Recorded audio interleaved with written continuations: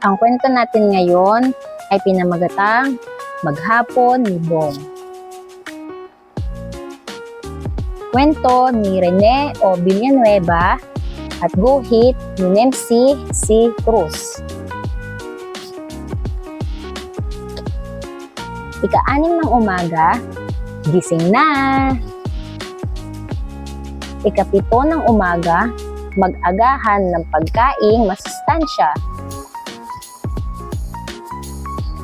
Ika-8 ng umaga, pagbutihin mo sa eskwela. Ika-9 ng umaga, makilahok sa programa.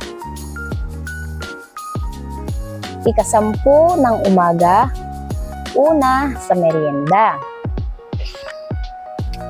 Ika-11 ng umaga, mag-aral bumasa. Ika-2 ng hapon, umidlip ka muna, Bong.